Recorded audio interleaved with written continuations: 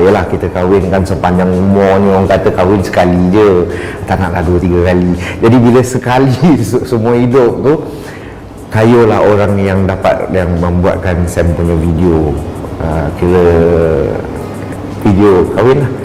So bekerja dengan Kayu Studio ni bagi Sam very simple. Bila orang tu dah ada ilmu tentang pembikinan video, benda tu lebih mudah, tak buang masa, and then Kayu Studio ni bagi Sam, diorang sangat-sangat kreatif. Yang penting nak buat video ni semua ni kena kreatif, dan communication between dia dan siapa yang dia nak buat video tu, communication tu sangat-sangat sampai dengan tepat. Jadi pasal kalau communication tak sampai betul, itu yang kadang-kadang reshoot 80 kali. Communication dia sampai tepat, kita faham apa yang dia nak cuba sampaikan, dia faham apa yang kita nak, mudahlah kerja. Tak payahlah nak bayar banyak-banyak kali buat sampai 80 hari sekali tu. Jadi bagi Sam, kepada anda yang kalau yang tengok video ni, cari orang yang ada ilmu tentang apa yang dia nak buat, cari orang yang boleh berkomunikasi dengan kita dengan secara